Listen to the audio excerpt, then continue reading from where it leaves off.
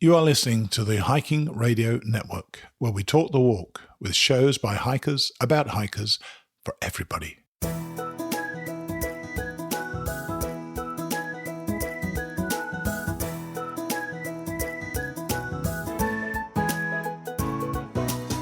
Mighty Blue on the Appalachian Trail, the ultimate midlife crisis. Join Steve and his guests every week as he staggers from Georgia to Maine.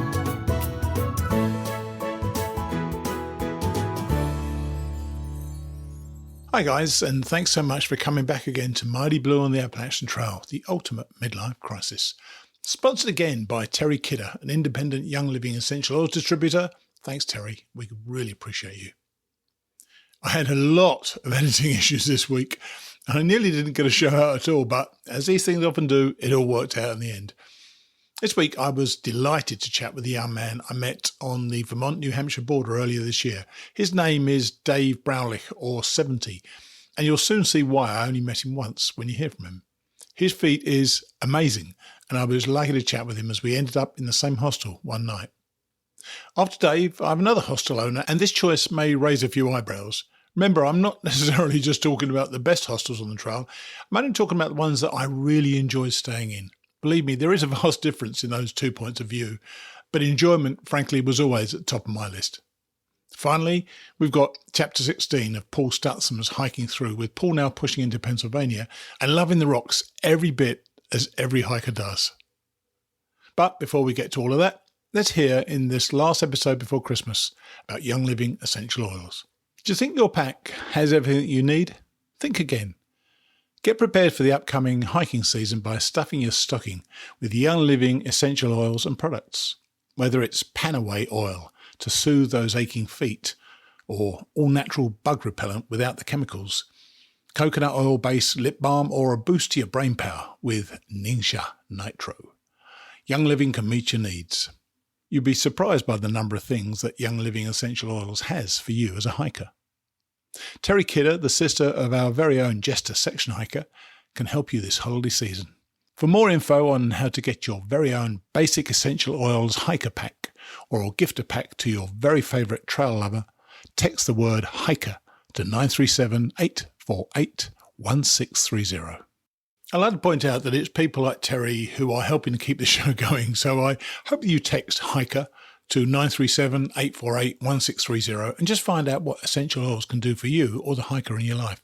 Thanks again, Terry. So now, I want you to meet an extraordinary guy. I met him just the once, and I knew that I wanted to interview him for the show when I met him. And here is Dave Braunlich, or 70.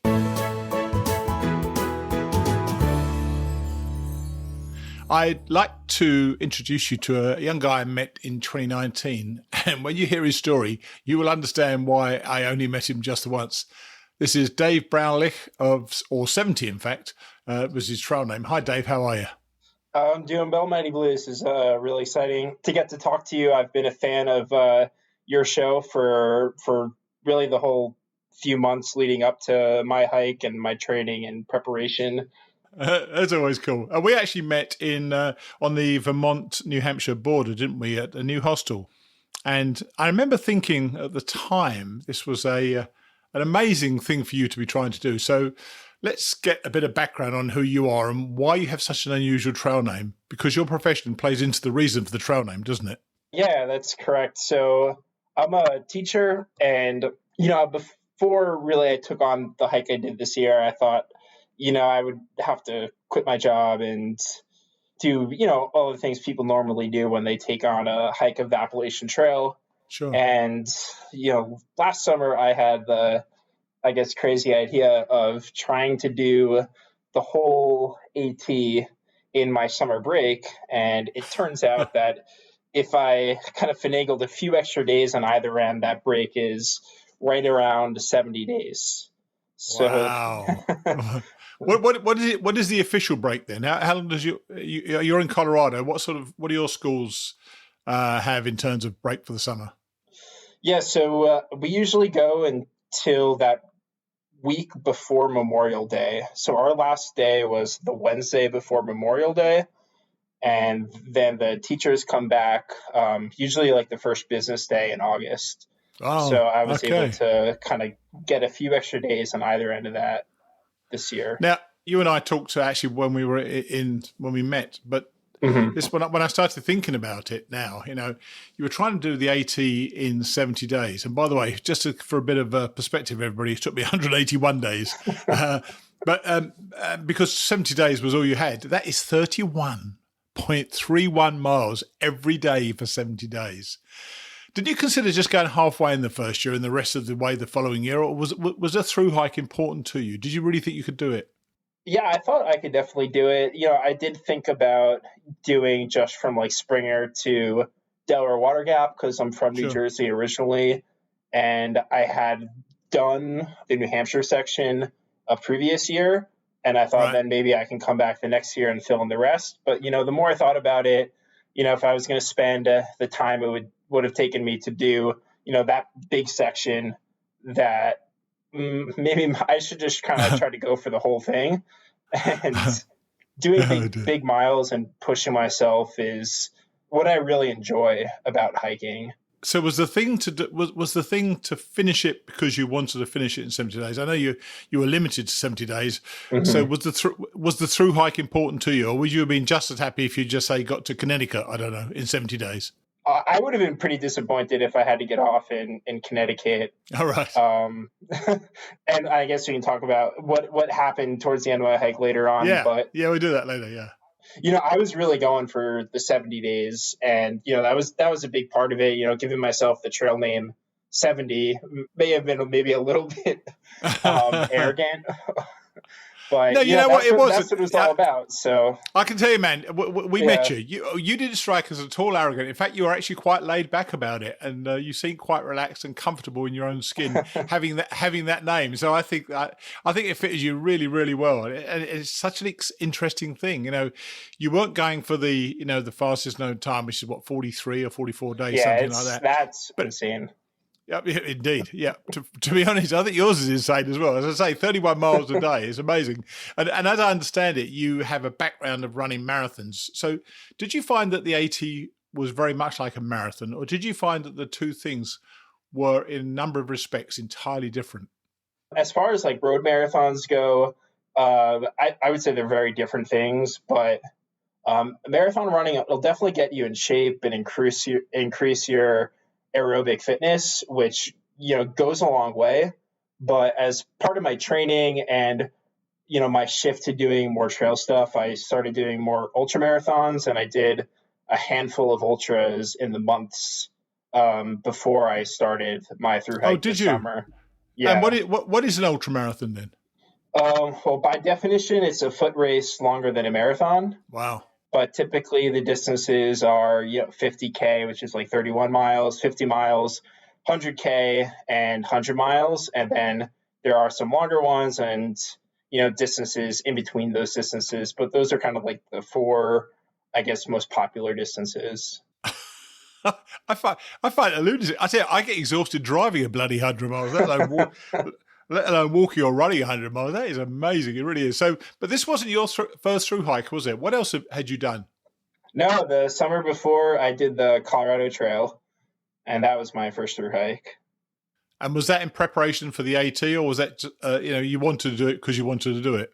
No, I wanted to do it because I wanted to do it. Yeah, I just moved to Colorado the summer before, and I hadn't even heard of the Colorado Trail before I moved out here. And yeah, I started running with some people, and I went on a run that was actually on the first part of the Colorado Trail, which is right outside of Denver. And, right. That fall I started researching more about it. And, the time I have off in the summer, and it's pretty much only a July and August trail. Right. It kind of worked out perfectly with my schedule to try it. So, yeah, and that trail is absolutely amazing. So anyone out there listening, I highly recommend that trail. People know that I've had a real problem with elevation, but as I understand it, the start of the trail starts relatively low and just only builds up in the first 60 or 70 miles to real elevation. Is that correct? Yeah, you start about 5,500 feet. I was actually out there today running that the very first few miles. You go up this dirt road, which is pretty nice, and then you go up to like, I think just over 7,000 feet around like mile 11 or 12. And then you don't get up to 10,000 feet, I think, until like 70-ish miles. And then after Yeah. that, you get up into some serious mountains and elevation. Yeah, it's one of those things I've considered a few times because I think maybe Mhm. getting myself slowly acclimatized to getting higher and higher might be easier. I did the John Muir Trail, went up from 4,000 Yosemite, and after about 9,600, which was only about 12 miles later or 20 miles later, I was in a terrible state, so I just couldn't do it. But you were doing this, and you obviously coped with that.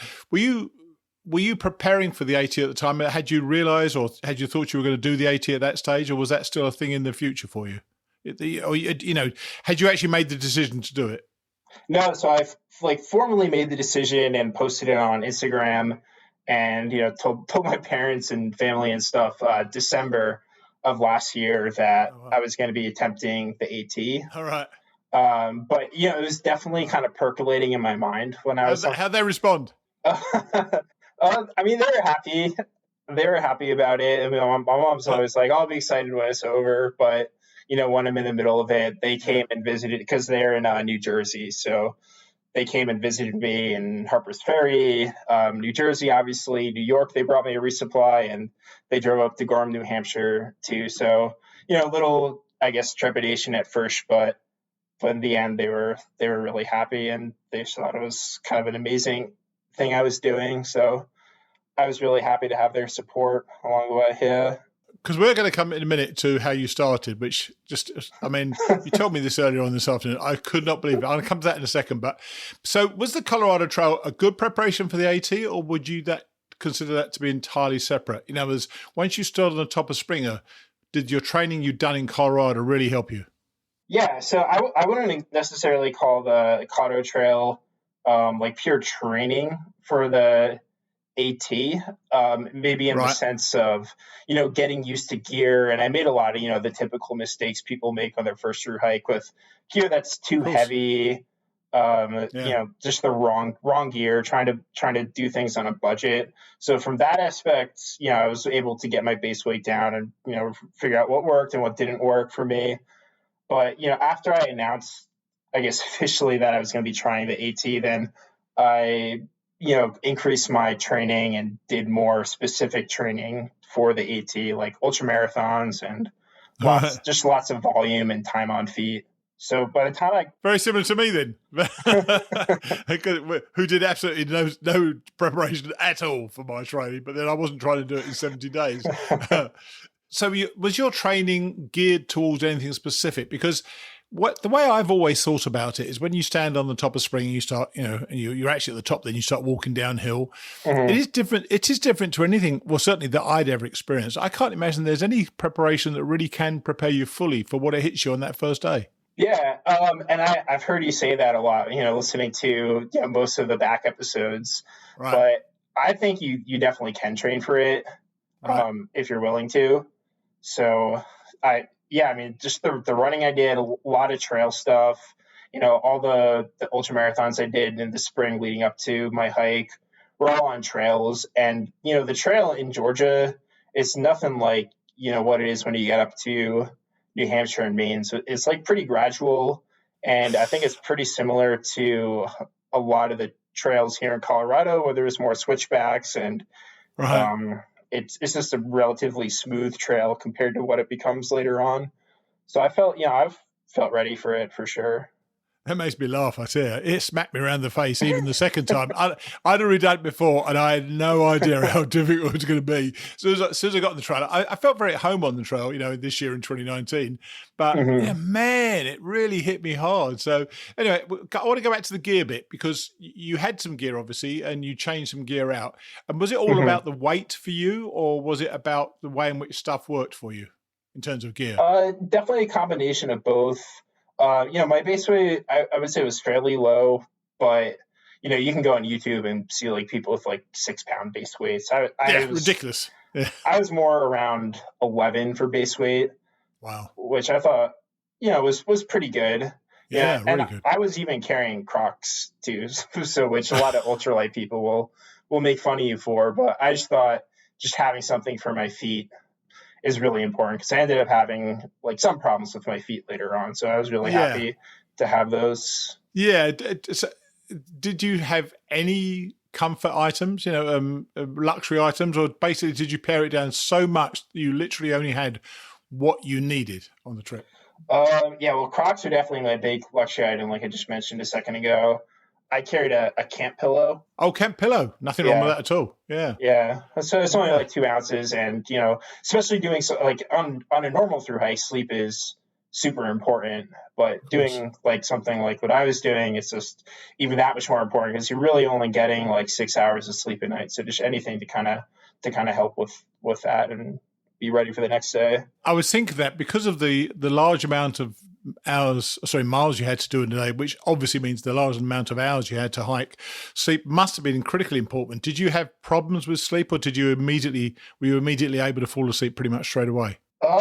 Yeah, most of the time I slept pretty well. Sometimes, especially in the beginning, and then a little bit in Pennsylvania too. It was just so hot that I wasn't even using my sleeping bag. I was just like throwing it off to the side and Yes. just like laying on my pad in just like Yeah. these 2-inch inseam shorts that were my sleep shorts, and it's just like this is so uncomfortable. But I'd always fall asleep and be ready for the next day. Cool. So logistically, and Mhm. I did wonder about this when we actually met you, and I should have asked you at the time. How did you resupply on the trail? Did you get people to send you stuff? Because you say your parents visited you. Did they bring you a resupply every time, or to keep your weight down? Did you just resupply once you got into town and got straight out of town to keep going? Yeah, I did like a combination of everything, really. I set myself about 13 mail drops at various points on the trail. Um, Wow. and if and in my planning, if I saw a section where it might be harder to get into a town, I would just mail myself like a full resupply. I had a box with a full resupply at Woods Hole Hostel. That Right. one just comes to mind. So I was in and out of there in like an hour and took a Oh, shower right. and was All right. gone. Yeah. Yeah. They're pretty good um, like that, aren't they? Yeah. yeah, and whenever the trail went through a town, I'd obviously take advantage of that. And I didn't see my parents at all till I got to Harper's Ferry, but they helped me out and drove me around and got me resupplies. And I had a Sure. friend who I went to college with in Pennsylvania. He brought me a resupply, and then we hiked a little bit together. I tell you what, Dave, it's amazing to me that you're able to do resupplies logistically, in terms of getting Hmm. mail drops, because with all the miles you had to do, you must have realized that some days you weren't going to make those miles, or some days you make even more. We're going to come to that in a second. So Hmm. the planning must have been very, very precise in terms of you. I know you started May the 24th, I believe it was. Yep. Yeah, you started May 24th. So to start planning those days out, say a week out, the Hmm. way in which you were hiking, you needed to be doing over 200 miles a week. So to Yep. plan that out precisely must have been very, very difficult. Were you able to keep up with those targets you set yourself pretty well? I ended up getting off the spreadsheet by like a day All right. after Hot Springs, but Amazing. for the most part, it worked out pretty well with my resupplies. And a lot of the times, like I would mail myself just certain things that were maybe more, I guess, luxury type items, like Sure. food that I had dehydrated ahead of time, and some gels and vitamins and things like obviously I knew I'd not be able to get in Glasgow, Virginia, for example. Oh, yeah, um, very good example, by the way. yeah. Yeah, yeah, I remember it well. Yeah, so there you were, and this is the bit that Mhm. totally blows my mind, and I want people to listen to this if they've ever done this hike, and I know they hear about that after 2 or 3 days, maybe 3 days, you get off at Suches, you go into Suches, and then maybe day 4, maybe day 5, you get to you go over Blood Mountain. Then you go through Near Gap, and you're really into the hike by then. In my Mhm. case, I was about a week in. So there you were on the top of Springer on day 1 on May the 24th. Yep. Now, as I say, I normally suggest that the best advice you could give someone on the trail is to take it easy in the beginning. Many people, many people seem to restrict themselves to an 8-mile day in those first couple of weeks. How many miles did you do on day 1? Yeah, so I knew you were going to ask me that question, so I went back to my Instagram and pulled up my post from that day, And I said 37.8 miles from Black Gap Shelter to a tent site near the Whitley Shelter Spur Trail. Oh my So that was day gosh. one. So you went past the road out to Suches, which I took 3 days to get to, by the way. You then went up and over Blood Mountain. You passed through Nil Gap, and by my reckonings, I reckoned about Testnessee Gap, that sort of area on day number one. Mm-hmm. How on earth did you feel at the time? Because I was knackered when I got there about 6 days later. So tell me, how did it feel? I mean, I felt pretty good. I was, trained for this and ready for it. It was the first day, so my legs felt great. And, in the ultra running and running world, we taper right into, usually a race or an event or whatever. So like you kind of no, I don't understand. What does that mean? Tell me. So, you peak out your training, and I peaked out my training with back to back 100-mile weeks in like end of April, early May. Right. And, and then the like 2 weeks leading up to the start of the trail, you cut things back, and then, you recover in that time, and you let those training stimuli take effect. So like I was tapered and ready to go, and also like super excited that, all the training, all the planning, and, I was there on day one. So, I felt great, and I was excited for the next day and the rest of the journey ahead. Were you running on adrenaline as well? Do you feel that played part of it? Yeah, maybe. It was definitely like I definitely did have a honeymoon phase with the hike, which I would say the honeymoon phase ended, and when I first really got rained on, which was like after Roan Mountain. So all right. Yeah, that's the time you first got rained after Roan Mountain. So after a 37-mile first day, you didn't have a short second day either, did you? No, the second day, let's see, I can pull up my post here. 35 miles to Plum Orchard Gap Shelter. So you were almost at the Georgia-North Carolina border, is that right? Yeah, I crossed into North Carolina in the dark on day 3. Oh my gosh, dear me. And the other thing that was extraordinary to me when I was thinking about it earlier on, you actually took 0 zeros, didn't you? That's correct. No zeros. So interestingly, and this is meant to be a serious thing. I mean, I'm still staggered by the amount of stuff you've done here, but I think it's extraordinary that you can spend that time. Were you always on the trail, or would you go into town, do what you had to do, and get straight out again? Or did you actually stay overnight many times? Yeah, I stayed overnight a handful of times. A lot of it was dependent on like recharging my power brick, honestly. So that kind of determined when I was going to be spending a night in a hostel. All right. But yeah, probably every, 4 to 5 days I would stay in a hostel or that wasn't too bad then. Recharge, that wasn't too. So you must have really planned this. You mentioned you were after Hot Springs. You were a day out of your spreadsheet. So did you at the beginning of this? Did you plan 70 days exactly where you were going to be after each of those days? Yeah, I'm looking at my spreadsheet here. I actually listed out shelters and towns and campsites for every day on the trail. Obviously, it didn't quite work out like that. And when I was planning, I really knew that, the odds of me being at the Hexacuba shelter on day 55 were like low, but remote. It kind of just like gave me a guideline and be like, oh, I'm like 10 miles like behind, where my spreadsheet said I was. So it was more just like for pacing and planning. Then it's like I had to be here on this day with this many miles done. And when we met, you were pretty solid. You were pretty much where you thought you'd be as well, weren't you? And obviously we never saw you again because you were then miles ahead of us. So you were above your average right at the beginning there. So what was the longest day you ever actually hiked? Yeah, the longest day I did was 39.9 miles in Virginia. And, I know people do like the 4-state challenge and the Connecticut challenge, but, I just try to keep it consistent and, not kind of sacrifice miles for the next day. And really the only reason I ended up doing that day was so I can get into Four Pines hostel and charge my power brick. And they like strictly turn the lights off there at 10 p.m. And I walked in there at like 9:57, so just made it. Good time. Good, yeah, I say your logistics must have been really good then. So, how did you structure your day? Because one of the things I learned, and I learned from the first trip, was starting early really makes so much difference. Did you start very early, hardly stop and finish late, or did you night hike? How did you work with your days, or did you mix it all up a bit? Yeah, so most days I had my alarm set for 4 a.m. and I would be hiking usually before 4:30. Wow. Most days, yeah. So you didn't have breakfast? Yeah, my breakfast, I would have one of those gels they make for runners, and they make like a coffee flavor with 50 milligrams of caffeine.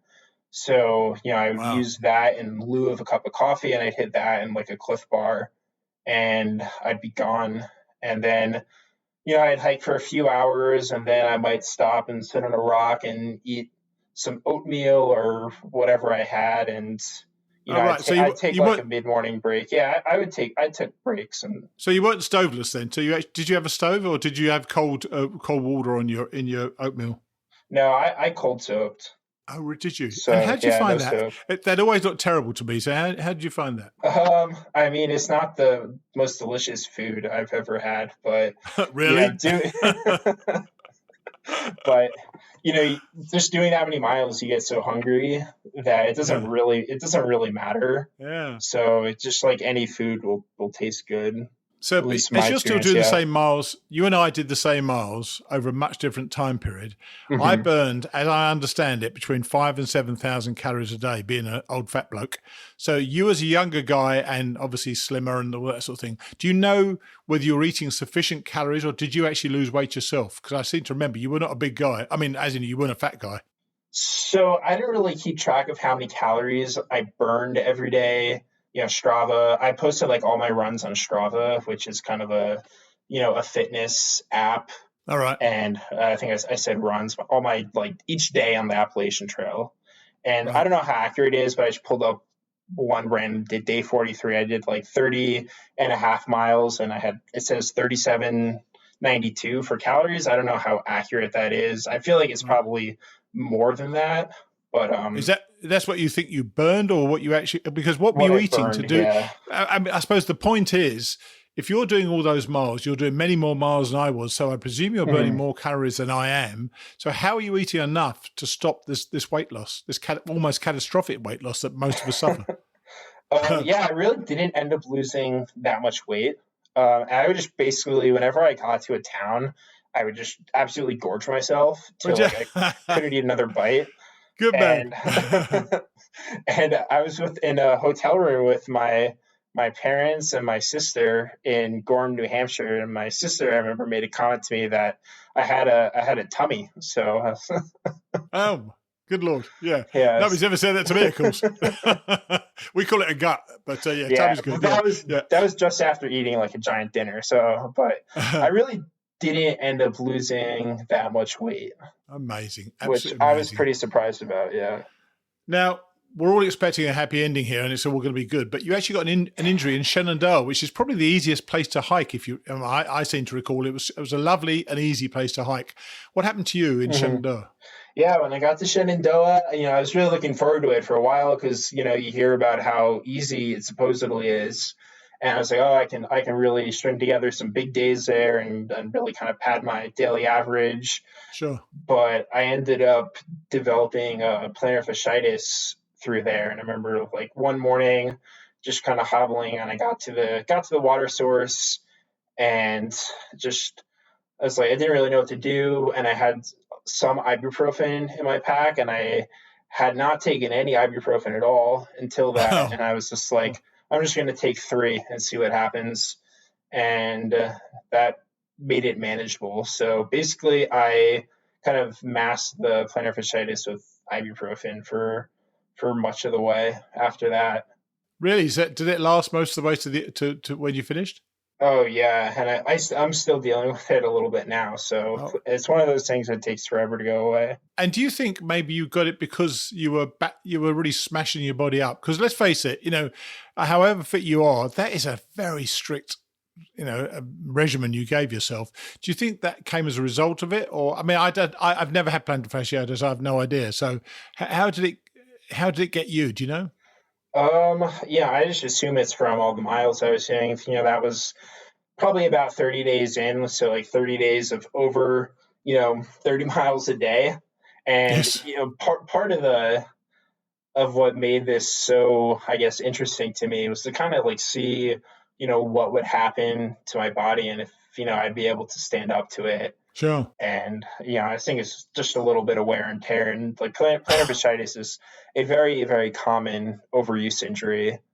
Right. But That's I was able to manage it cool. decently well, I guess. How did you cope with, though, being by yourself all the time? Because you couldn't have, nobody could, well, not nobody, but I'm sure somebody may have kept up with you for 2 days or whatever it was, but nobody for any period of time. So you did spend a lot of time, I guess, by yourself. How did you cope with that? I listened to a lot of podcasts and music through the day. Usually in the morning, I would try to get to 10 before putting my headphones in. All right. Yeah. So just kind of little games like that. Also, definitely not the most extroverted person in the world. So, I don't really mind spending long times by myself, but So yeah, you are suited. Yeah, you were quite reserved when we met. You weren't making a big fuss about what you were doing, and we were all just staggered by it. But you were just, yes, I'm just trying to do this in 70 days. Yeah, right. I took more than 70 days in Virginia. So yeah. So and as you went on, and the plantar fasciitis, I guess, is an example. Did you get stronger, or did the attrition of the hike kind of weigh you down as time was going on?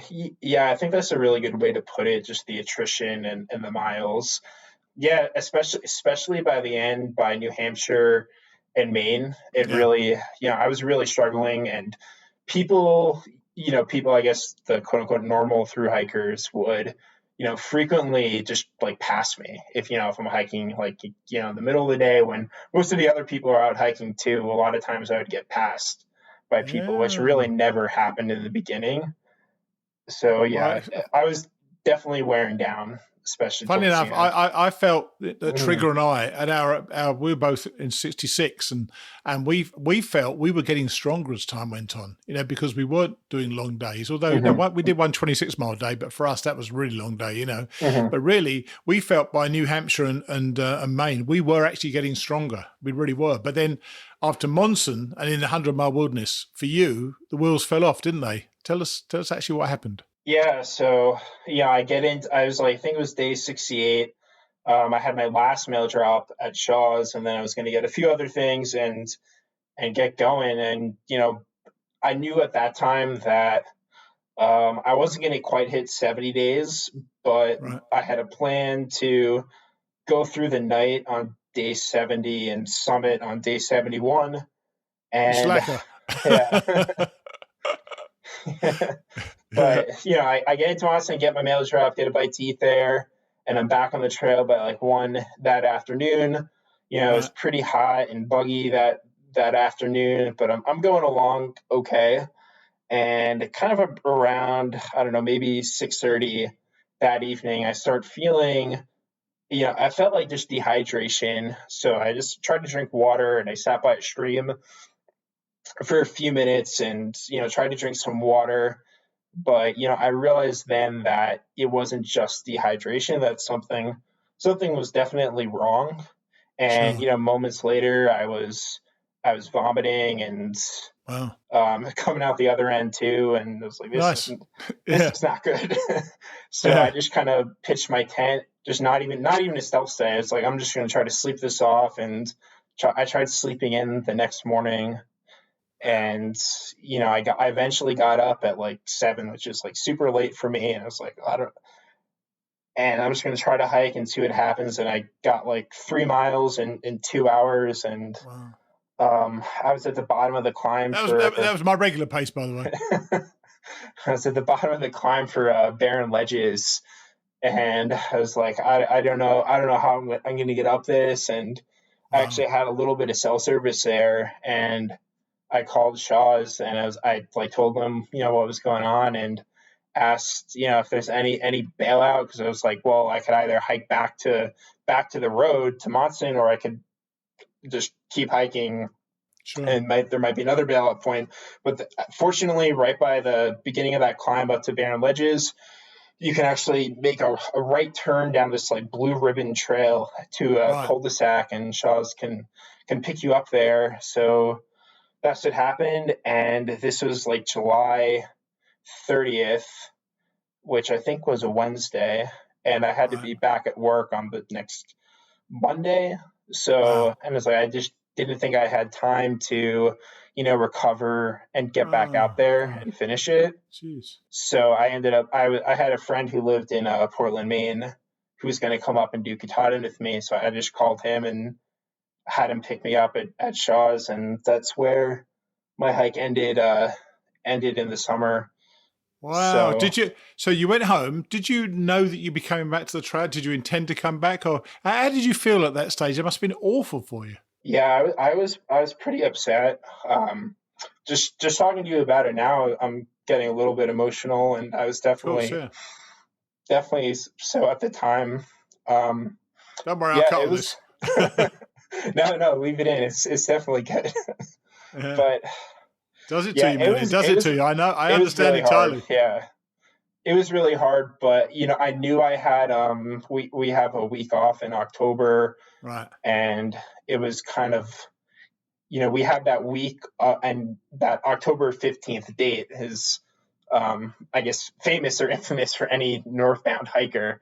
And I was like, well, I think I could get back out and get the 100-mile wilderness done before then. So I was able to take a few days off before our fall break and get a flight to Portland, Maine, and find my way up there in October. So when had you got off before? You'd got off at Barren Ledges, or that little cul-de-sac you said at Barren Ledges. What date was that?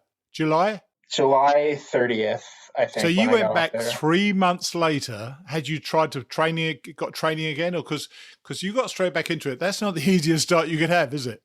No, I took a few weeks easy, and I actually had a 100-mile race on the calendar from before I started that September, and I did that race, and it went okay, but I didn't stop doing runs and climbing 14ers and stuff, especially like that September out in the mountains in Colorado is the best month. I'm just exhausted. I'm just exhausted listening to you, thinking about it. So you got back in the 100-mile wilderness, and how long did it take you to get? And as I seem to recall, you went back to Shaw's, and that 15 miles you'd already done. You kind of did all that again, didn't you? Did the whole 100-mile wilderness then, Katahdin? Yeah, I got to Monson on a Thursday in the afternoon and did basically the 15 miles to just a little bit short of where I got off. There's, if you recall, I think there's a stream crossing, and then there's some good campsites kind of right by that stream. So I stayed there that night. So those are all repeat miles. And the next morning I headed up to Barren Ledges on the chairbacks, and which is beautiful. Isn't that a beautiful part of the trail? Yeah, absolutely beautiful. I loved it there. Yeah, and also, I'm just thinking about this now. I remember at the time, walking by. I remember the stream, that I sat by, and just had so much problems in July. I walked by there and through that section, just like a piece of cake. And it's like, man, I can't believe, I was just here just for misery, and hours and hours of misery when, back in July. So you got to Baxter, and you had Katahdin in your sights. And I know when I did, it took me about nearly 4 hours to get up and about 5 hours to get down. Did you fly up it, or how did it work out for you? Or was it one of those things you wanted to savor the moment and really take your time getting up it, or did you just fly up it? Yeah, so my summit day, I was looking at the weather. I'm sure as everyone does, kind of going into it, and it was Monday, I think Columbus Day. And, I was looking at the weather, and it said sunshine, and I think I was at the Herd Brook, something like that. I think it's the last lean-to in the 100-mile wilderness. Right. And I was like, I want to summit on Monday. And it's like, well, I can either, take my time and summit on Tuesday, or I can go for it on the Monday. And, my style is to go for it. So I got up at I think 3 a.m. that day and hiked, in the freezing cold, got to A-Ball Bridge. I could see the silhouette of Katahdin in the moonlight, which was Wow. pretty epic because I bet. obviously most people see that in the daytime. Of course. And then it's pretty cruisy. I think it's 10 miles until you get to Katahdin Stream Campground. Yeah. And, got my permit, got in there around 9 a.m. and started heading up. But, the miles right before I got to the campground, you can kind of see Katahdin through the trees. Yeah. And I saw that it was just completely socked in the clouds. Oh. So I was like, that's unfortunate. But so, my summit day, everything around Katahdin was clear sky, but I was in the clouds. And I don't know, I just went up at, a decent pace, I guess, for me. I was definitely surprised by how difficult the climb up there was. Good. For sure, with all bloody good job. I said it was a bloody nightmare. I'd already done it once and it was a nightmare second time as well. Yeah, I was not expecting all that rebar and difficult rock scrambling moves to get up there. I thought it was just going to be, I thought it was going to be steep, obviously, but I thought it was going to be much more like climbing up to Franconia Ridge or something like that. It was still pretty awesome though, what it gave. It was just amazing. It's an amazing journey and what a wonderful place to finish. I think it's an incredible thing. And, I think your achievement is truly astounding, but apart from the fact you're a through hiker, I think you must have just a little tinge of regret that you weren't able to share some of the, I guess, the more social aspects of the trail. Did it feel that way to you, or are you happy with how you did it? I know you were limited to 70 days, but if there ever chance to consider doing it again, would you do it slower, or are you happy with 70 days? I was obviously happy with the experience that I had this year. And even though it didn't quite end how I had imagined it ending beforehand, it was awesome. And I would frequently tell people who would pose that question to me that it's obviously I'm having a very different experience than most people out here are, and it wasn't, I guess, a super social trail for what I was doing, but at the same time I met so many different people on the trail. And when I ended up getting off in Monson in the summer, so many people who had asked to follow my hike, and I told them where to find my Instagram. There's so many people oh, I met you here, I met you there. It was so awesome following your journey this year.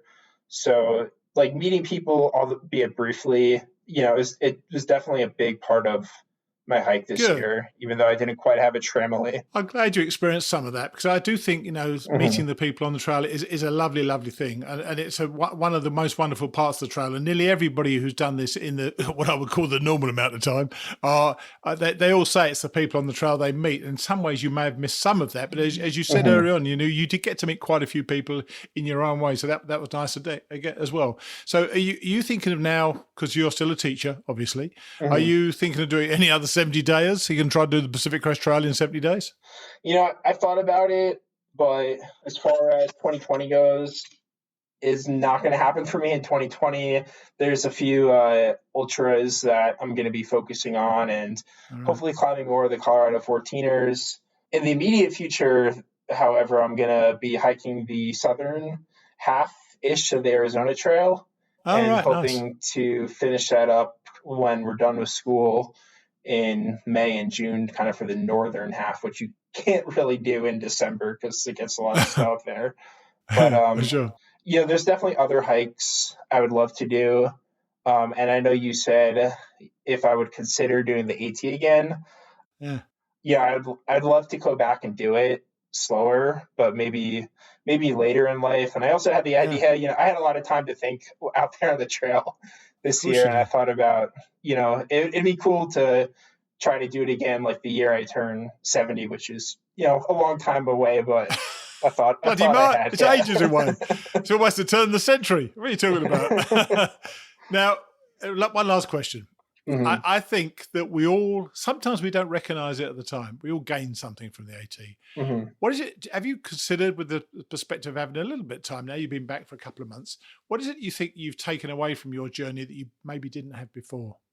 It's a great question. just the ability to kind of, be out there and push myself is, something I love. And, part of it, not the whole reason I did it, but part of it was to, see like how I would be able to handle it Sure. and see really if I could do it and how I'd respond to the challenges that would eventually come up. And one thing I like to say is, I've never really been much of a morning person, I guess, but out on the trail, like my alarm would go off at 4, and it's like zero desire to hit the snooze button. So I don't Amazing. know. I've Amazing. tried to kind of carry that over to, I guess, normal, quote unquote, normal life, but it is hard. It is harder. Like I've definitely been guilty of hitting the snooze button a little bit now that I've been back home. But I don't know. I just love the trail culture and being on trail. It's just such a fun way to do things. I tell you, your story, I'm sure, is going to resonate with a lot of people. They haven't done it, Mm-hmm. but a lot of people live vicariously through, particularly you guys who do it such an astounding feat in that period of time. And I was just thinking about it. You started May the 24th and you finished, what, October the something? Yeah, October the 14th.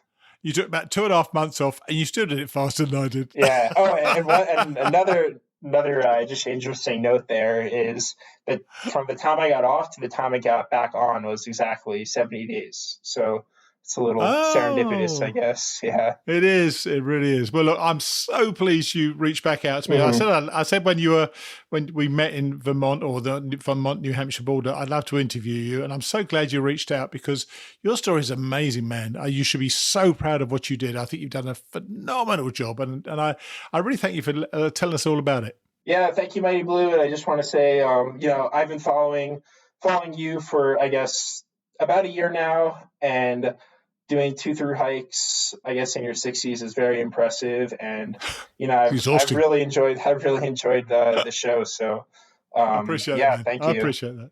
Well, you take it easy, and hopefully, and if you do go again, let me know, and we'll try to follow you on that one as well. All right. Okay. Sounds good. Take it easy. Bye. Bye-bye.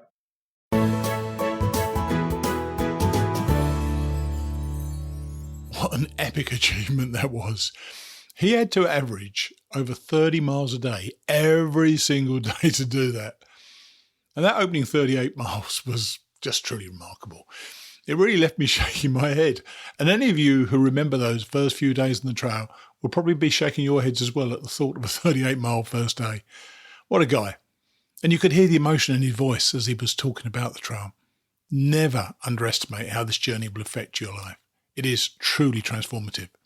I'm so glad to be able to find out what eventually happened to 70. Great story. Now I want to introduce somebody who has had a hostel for more than 20 years. It's one of the well-known stops on the trail, and while it isn't everybody's cup of tea, it has certainly been mine on both of my trips on the AT. You find it just as you get outside the Smokies, and I think that it's a must-stop on any AT through hike. It's the Standing Bear Farm, and here, telling the history of the place, is the owner, Marie Guzzman. I'd like to introduce you to Marie Guzzman, who is the owner of the Standing Bear Farm Hostel. Hi, Maria. How are you? I'm well. How about you? I'm very good, thank you. I stayed at Standing Bear in 2014 and in 2019 when I went on my through hike this year, and it's an unusual place. There's no question about it. But I loved it. When did you actually take over the hostel? I don't know what you mean by that because I started it. I never took it over. I really? started it from scratch. Oh, right. Yeah. How long ago was that then? It was 24 years ago. Oh my gosh, I didn't know it was that long. So you've been running it for 24 years. Well, first question is why would you want to do a hostel in the first place? Because I'm sure it's hard work. Well, it all started because when I was 28 years old, my life fell apart. I moved home with my 6-month-old son to my parents' house, and my mom needed my help at her restaurant, so I helped her in her restaurant. Sure. And saved all my money for 5 years. I lived with them for 5 years, and then saved a little bit of money that I made and plunked it down on a house nearby.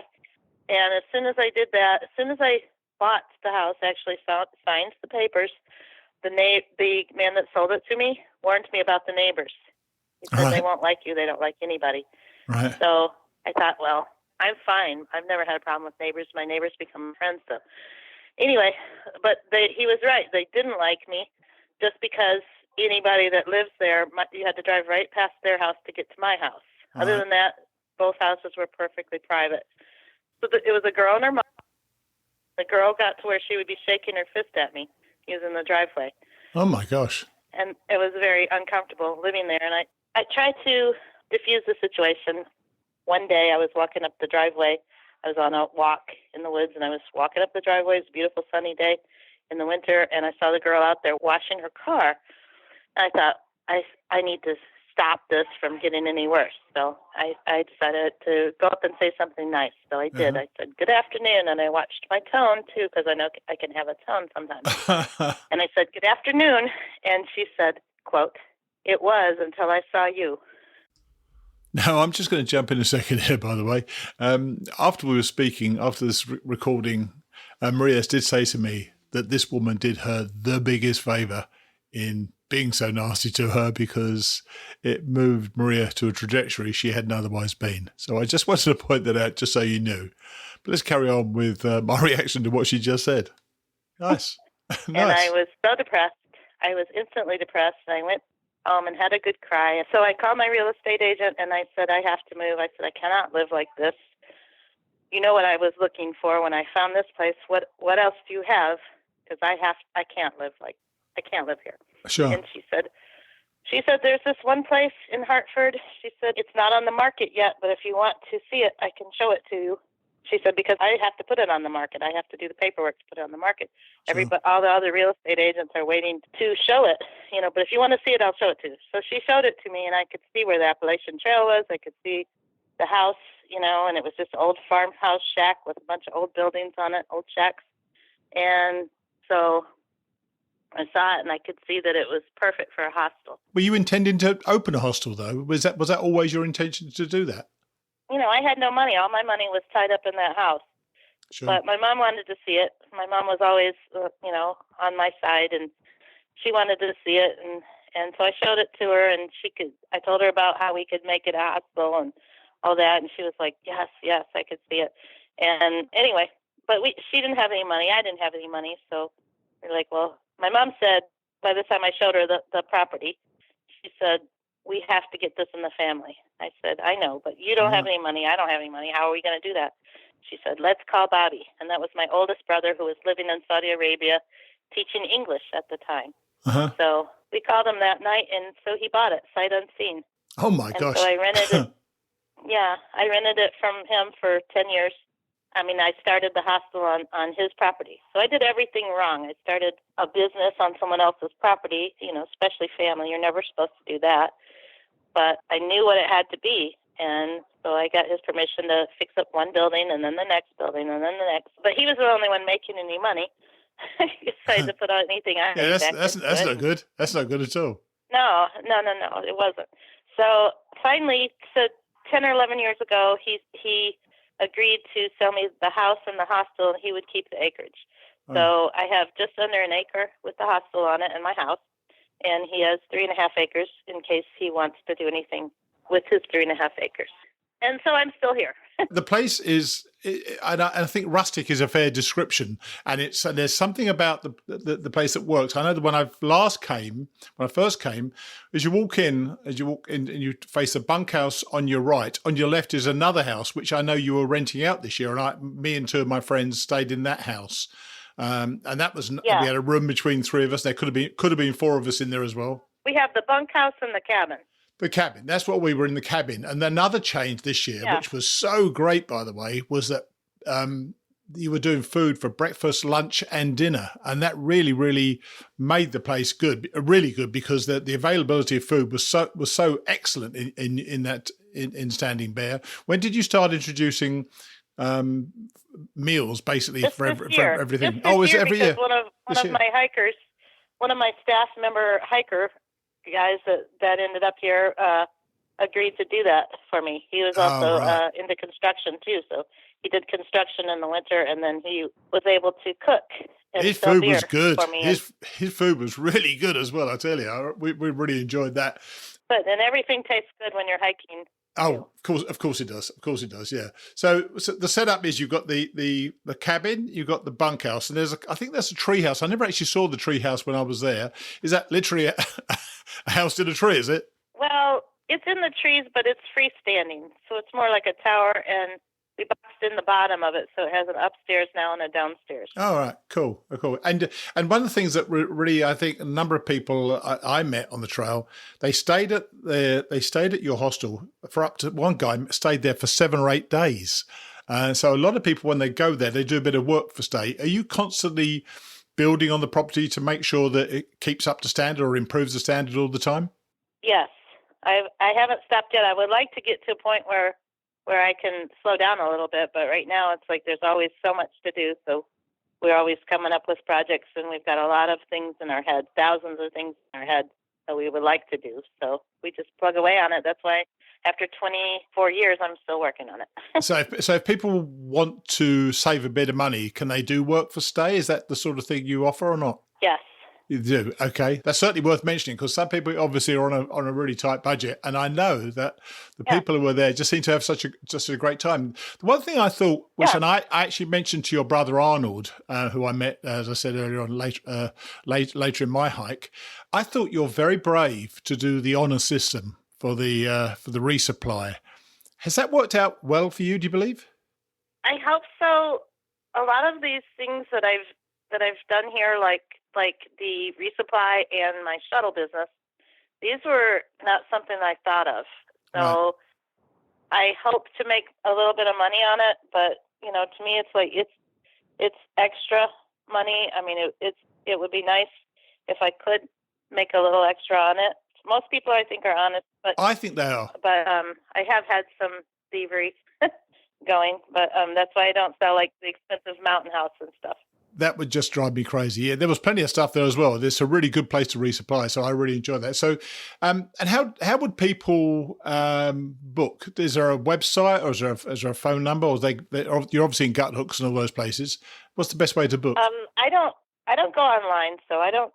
My son helps me with the website, so anybody that contacts him on the website, he gives them my phone number, and then basically I'm old school, and I don't go on Facebook, so. My kids will show me what I need to see on Facebook if I need to see anything. But I can't handle all that information. Sensory overload for me. Basically, they can go to your website. So I'll put a link in the show notes to your website. I promise you, I know not everybody loves every hostel on the AT, but I've been there twice now, and I love both of my trips to Standing Bear Farm. So I really appreciate the hospitality. Well, it's not everybody's cup of tea, but no, absolutely. For someone that's into it's a real work in progress. There's mud and dirt, and there's sometimes the guys are fighting. But it's a real work in progress. There's a really good atmosphere. In all of its glory, including the raw ugliness sometimes too. Yeah. Well, so, you know what? Part of it.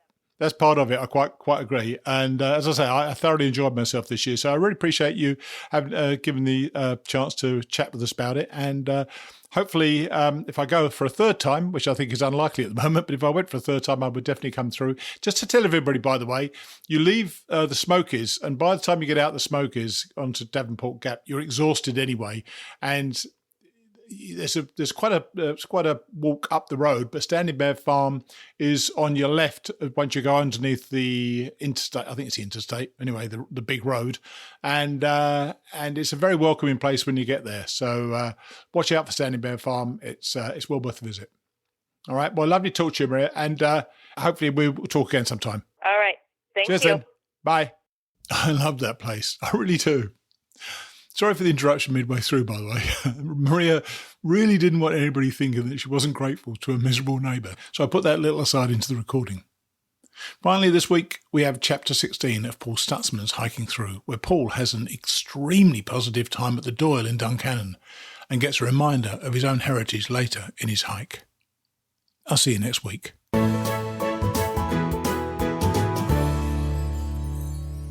Chapter 16. Pilgrim's Progress.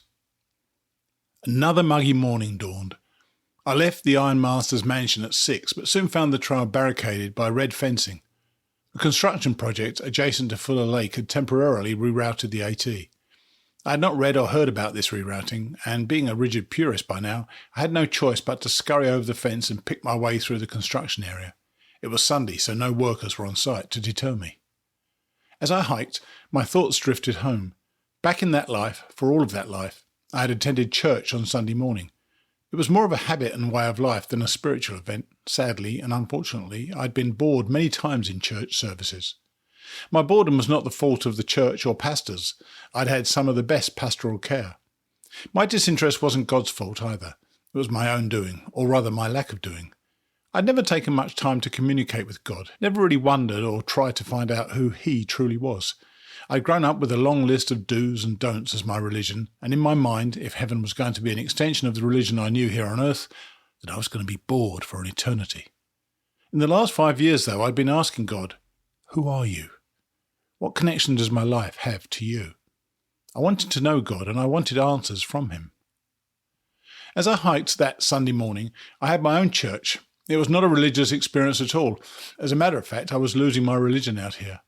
And what I lost in religion, I gained in spirituality. Just the two of us walked together that Sunday, the Creator of the universe and me, worshipping in His grand cathedral. I didn't enjoy God's choice of music that morning. All around me, cicadas were screaming.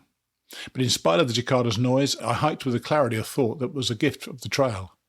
Alone and without distractions, I knew without a doubt that I had done the right thing in leaving my job. I knew I was where I was supposed to be. I knew my life was in God's hands and I could trust Him completely. And I knew He was walking with me. One of the things God was showing me more clearly was how available He is to every man and woman alive. And I also saw how many obstacles we put between ourselves and Him. Some of you, my readers, may never have considered God approachable, and you may be convinced that I've taken leave of my senses when I tell you of conversations with Him. I assure you, I'm not crazy. I know, I quit my job and decided to walk 2,200 miles. Perhaps you do have a right to question my sanity. When I started my AT hike and planned to write a book about the experience, that was all I intended to write. The walk, the adventure, a few observations about life. I never had any intention of writing a spiritual book. But then I also had no idea that I would lose my religion and become spiritual. I tell you this, dialogue with God is available to you, to anyone, and furthermore, God actually desires conversation with us. On the trek north from Springer, I settled the question of whether or not God was in control of events in my life. Although I still often asked why He took Mary from our lives, I no longer doubted that there was a reason. God sees the big picture, and perhaps I will not have my why answered until my next life. The day when God so vividly revealed to me that He had adopted me as a son and therefore I was heir to everything I walked through, I had boldly, and perhaps foolishly, asked, God, I have another question. Why do you allow young and innocent people to be harmed? If you're in control, why does that happen? His reply was, Son, if you knew the answer to that, then you would be God. So many things in life are a mystery, so many things I cannot possibly understand. I decided to just let God be God and accept whatever He chose to reveal to me. What I could not comprehend, I did not need to know. The day was uncomfortably hot and humid. I left the cicada choir behind and a new sound filled the woods, the soft sound of raindrops hitting leaves and falling to the ground. It was the most unusual rain I had ever heard, and I wasn't getting wet. I'd walked into a gypsy moth rain. Sometime around 1868, a French scientist brought gypsy moth eggs to America, hoping to produce a silk-spinning caterpillar that was immune to disease. Some moth escapees in the Boston area found the trees and foliage of Massachusetts much to their liking, and they thrived and reproduced unhindered. Attempts to eradicate the moths have been largely unsuccessful, and now each year this little pest defoliates 1 million acres as it chews its way across America. A colony has settled here and was munching its way northward. The sound of rain in the woods this morning came from the caterpillar's excrement falling through the few leaves on the trees. Bits of leaves floated down and covered the forest floor with a layer of chopped green, and many small poop pellets bounced off my head as I hiked. In many areas, posted signs warned that pesticides had been applied, but I hiked through without incurring any noticeable harm. The gypsy moth colony didn't seem to be suffering much harm either. The Appalachian Trail winds through Pennsylvania for about 230 miles, and I'd heard many horror stories about the rocks of the Pennsylvania AT. I had imagined fighting rocks all across the state, but I was enjoying the landscape very much. The miles of continuous rocks would come in the upper portion of the state's AT. Now I was passing through woods and farmland that reminded me of home. Resting on a rock by a spring, I ate my lunch and watched families driving by, going home from church. Many of them were Mennonites, recognisable by their dress. They paid scant attention to the unkempt hiker sitting just a few feet from their passing vehicles. Had they known I was a fellow member of their sect, many would likely have stopped and chatted, and within minutes we would have discovered mutual friends and relatives and experiences. I had interesting stories to tell, and I would have welcomed the comfort of a good conversation. But since I didn't pass the sight test, no one stopped or even acknowledged me. The miles through this landscape were some of my most memorable. I crossed fields where aromatic, fresh-cut hay lay waiting to be raked and baled. In cornfields, tender stalks were just beginning to grow. I disturbed several deer munching the succulent sprouts. Large houses and barns and silos anchored neat farms. I glimpsed clusters of buildings from a distance as I walked alone through the quiet fields. It was Sunday afternoon, and I imagined all those families happily enjoying Sunday together. I knew that my sisters and parents were planning a family gathering for that evening, and I longed to be there with them. In mid-afternoon I walked into Boiling Springs, where the trail followed a spring-fed lake and several B&Bs invited me to stay. Despite the extreme heat, I still felt good enough to continue hiking. My guidebook told me that Harrisburg Pike, US 11, was 8 miles ahead, and there I'd find a motel and a diner just half a mile west of the trail. If I continued, my day would cover 27 miles, and I would also be positioned to make Duncannon the following day. I was trying to plot a course that would give me a soft bed 3 nights in a row. I bought and ate a sandwich at a store in Boiling Springs, then attacked my 8-mile challenge. Those miles led through more farm fields and crossed many roads. At US 11, a pedestrian bridge took me over the traffic. I skidded down the embankment and headed up the highway toward the motel. The room at the Super 8 was inexpensive, but the shower was hot and the bed was soft.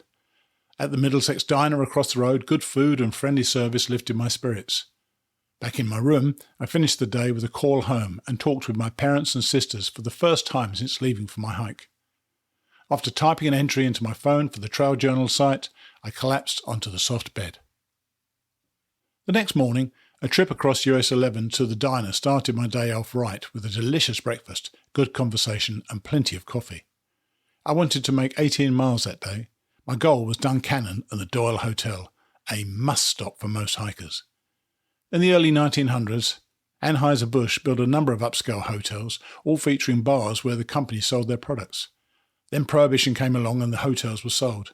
The Doyle was one of those hotels, named after a family who owned it for many years. In the early days of the Appalachian Trail, most of the pioneer hikers stayed at the Doyle, and quite a bit of folklore grew up around the old hotel. I looked forward to experiencing the storied building for myself. I was not alone in the fields this morning. Farmers were out on their tractors, raking hay in preparation for baling. Few aromas in nature surpass the sweetness of freshly cut hay. Occasionally, a post bearing the familiar white blaze reminded me I was still on the trail, even though I was in the middle of hayfields. But as it always does, the trail eventually led me back into the woods, where a raised wooden walkway crossed a marshy area. At Hawk Rock on Cove Mountain, I stopped to rest and take in the terrific view of Duncannon and the beautiful Susquehanna River far below. From my vantage point, I studied the layout of the town. I needed this introduction to Duncannon since I'd heard the entrance into town was not well marked. I eventually found North Market Street and then the large red brick building that is the Doyle Hotel. Both Duncannon and the Doyle had seen better days and reminded me of a beauty queen whose glamour has faded with age. But as in many other towns, I would find that my lasting memories of Duncannon did not centre on buildings, but on people. With temperatures in the upper 90s and oppressive humidity, all I wanted was to check into a room and cool off. My room on the 4th floor was $25 and had the same air conditioning system it had had over 100 years ago. Windows. A small sign gave instructions. Open at your own risk. Someone had taken the risk because the window in my room was wide open, framing views of dilapidated roofs. Each floor had one small room offering a washer, a dryer, a shower, and a commode to be shared by the entire floor. I jumped into the shower with my clothes still on. During the day I'd stopped often to wring the sweat from my shirt, and I hoped a good shower now might precondition my clothes for the washer. The stifling heat drove everyone to congregate in the bar, where it was cool in more ways than temperature. The food was excellent and a serene ambience filled the place, but more than anything, I enjoyed the people I met there. Somehow, Sailor had passed me on the trail and arrived at the door hours before me. In a few days, his second son would be meeting him in Port Clinton. Sitting at a table in the cool bar, Sailor and I reminisced about our earlier hiking days, and my friend introduced me to Pilgrim, a minister of the gospel who had been hiking with him. Pilgrim did not appear to be a through hiker. He was clean-shaven and his white hair was closely cropped. Both men were taking a 0 on the following day. Sailor was still fighting blisters and Pilgrim's feet were just plain tired. I'd have gladly paid double to sleep on the floor in the coolness of the bar, but that was not permitted, so I walked up 3 flights of stairs to my hot room. It was a long night. I put a fan on a chair in front of the window and tucked back the curtains so they wouldn't obstruct the airflow. That didn't help much, since I was just moving 90-degree air. My window overlooked railroad tracks and several trains blasted through town during the night. I drifted off to sleep only to be jerked fully awake by a passing iron horse. In the early morning I heard voices across the street and remembered that I'd seen a restaurant that was open for breakfast. I needed no persuading, and I certainly needed coffee. Perched on a bar stool at the end of the counter at Goodies, I downed several cups of brew. I debated taking a 0 here in Duncannon to avoid the heat, but finally decided against it. A familiar figure walked in and headed toward me. I greeted Pilgrim. He ordered coffee to go and we chatted. I was explaining my reasons for being on the trail. I could see that he was getting more excited by the minute. I soon finished my story saying, "Pilgrim, I cannot describe the things God has been revealing to me on this trail. I never knew God to be this real before." By now, Pilgrim could no longer contain his excitement. "You know, Apostle, I'm taking the day off today, and I've got no reason to be awake this early except that I felt God telling me to get myself up and go across the street and see someone. And now I've no doubt that you're the person He wanted me to see. Let me tell you a true story. I was a minister for many years in several prominent churches. I also had a ministry trying to teach young teenagers, wanting to teach them the gospel and trying to get them off drugs. But I was discouraged because I wasn't seeing any results from my efforts. Then one day God asked me to grow my hair long. "You want me to do what?" I asked. "Grow your hair long," was the reply. Well, then I had to make a choice. Either continue ministering with my hair short and appear normal, or risk embarrassment and ostracism from my community. I decided to listen to God and grow my hair. Not only did I let it grow, almost all the way down my back, but I also braided it into dreadlocks. A most amazing thing happened. The longer my hair grew, the more connection I had with the kids.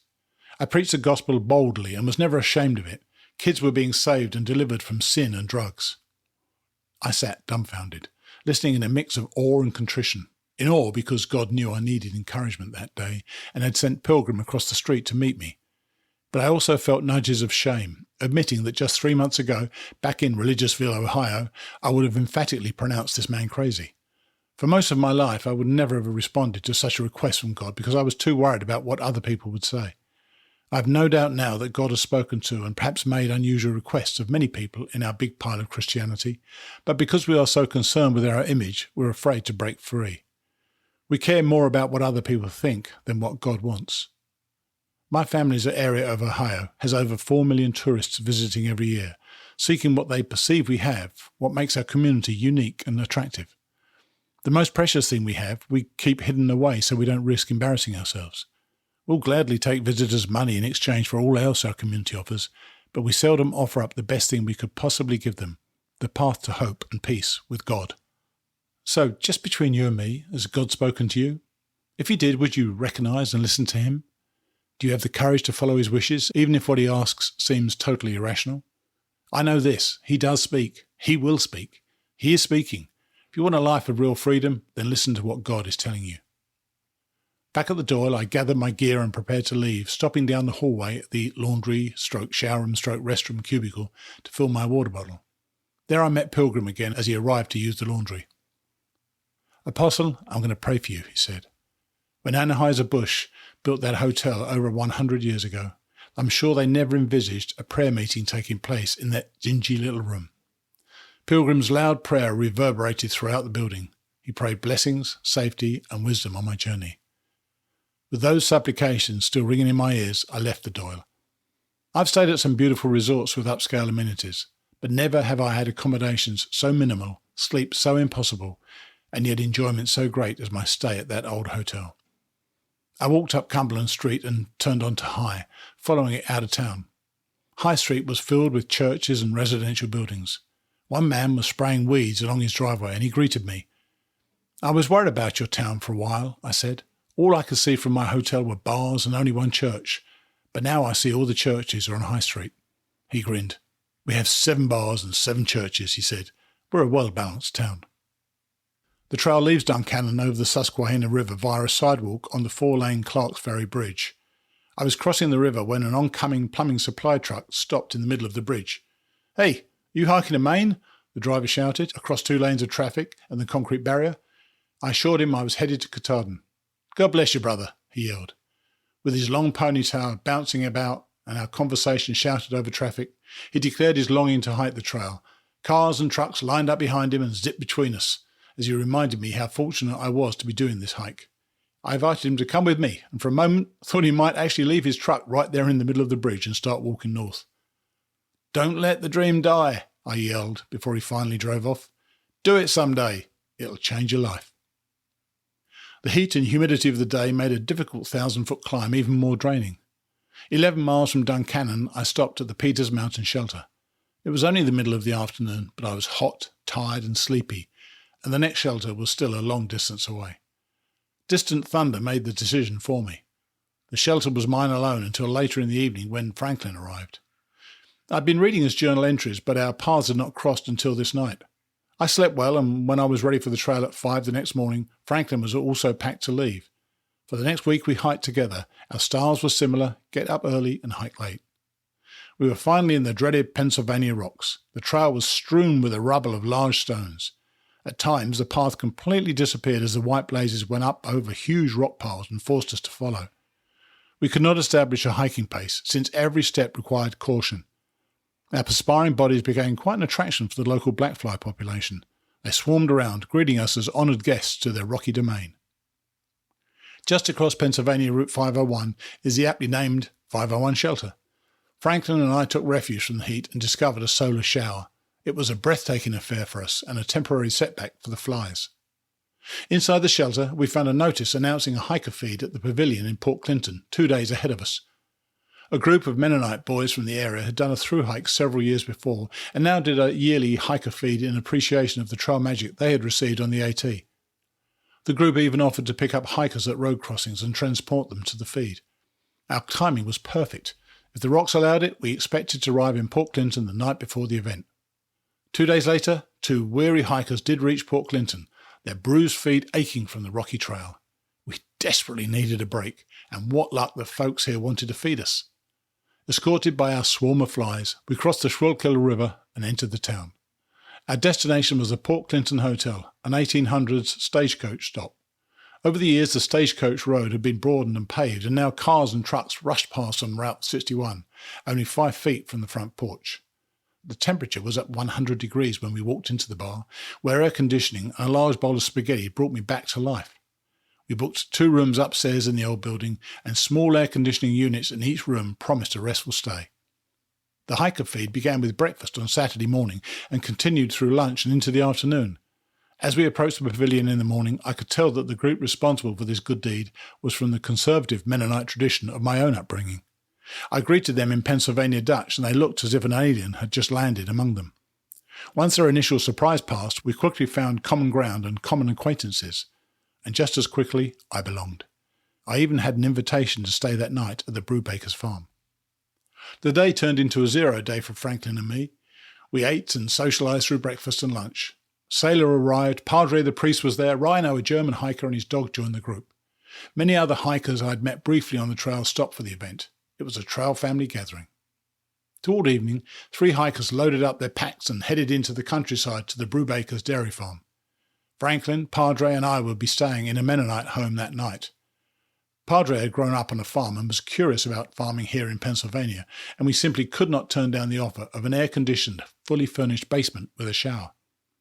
That evening, while visiting with Mr. Brubaker, I remarked that this beautiful farm country reminded me of home. As we talked, I realized that I was, indeed, home.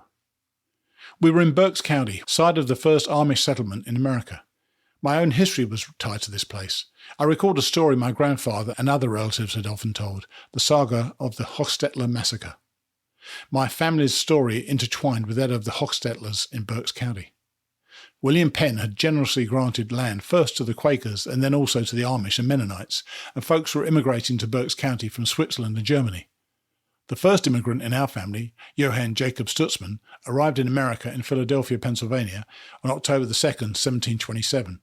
He had travelled on the ship the Adventurer, but his personal adventure did not end happily. His wife and most of his family died on the long voyage. Only he and 2 sons survived. Once in Pennsylvania, he was homesick and wanted only to return to his homeland. So to raise a fare for his trip home, he farmed out his 2 boys to Amish farmers in Berks County. His sons eventually raised families of their own in America. One of Johann Stutzman's grandsons, Christian, married Barbara, daughter of a Hochstetler family living just east of North Kill Creek. In September 1757, Christian Stutzman and Barbara Hochstetler were already married and living near her parents when Indians attacked her parents' home during the night. The Hochstetler family took refuge in the basement and the Indians set fire to the house. As fire threatened the basement door, the family doused flames with cider and beat back the fire throughout the night. In the morning hours, thinking the Indians had finally gone, the family emerged from the basement through a small window, but one young warrior had lingered behind. Some accounts say he had stopped to eat a peach from a tree, and catching sight of the family, he alerted his cohorts. A renewed attack ended with the killing of Mrs. Hochstetler and 2 of the children. 2 other sons and Mr. Hochstetler were taken captive by the Indians. The massacre is a well-known story of the Amish settlement in Berks County. I'd heard it many times, not only because it was part of the history of the first Amish in America, but also because my family descended from Christian and Barbara Hochstetler Stutzman. I explained my lineage to my host. The site of the massacre is only a few miles from the trail you're hiking, he told me. Tomorrow, when I take you back to the trail, I'll show you where it happened. And in all likelihood, you'll be hiking through the land your ancestors lived on centuries ago. The next morning, Mrs. Brubaker prepared us a delicious breakfast, and then her husband took Franklin and me back to Port Clinton. Padre stayed behind. It was Sunday morning, and he wanted to attend Mennonite services with the family. Beside Old Route 22, and behind the tourist attraction housing Roadside America, an extensive miniature village and railway, a historical marker tells of the North Kill Amish, the first Amish Mennonite settlement in America, and the Hochstetler massacre. The North Kill settlement dissolved after this attack. My ancestors moved first to Somerset County and then on to Holmes County, Ohio, where they were joined by other Amish families. Holmes County is now the largest Amish settlement in the world, visited by crowds of tourists drawn to the area by the peace and tranquility they believe this community has found. Into this mix of history and religion, the hiker apostle was born and raised, left his home in search of peace and tranquility, and trekked unknowingly back to his own roots. Whether from Europe to America, from Berks County to Holmes County, or on a trail from Georgia to Maine, every generation has its own reasons for pilgrimage.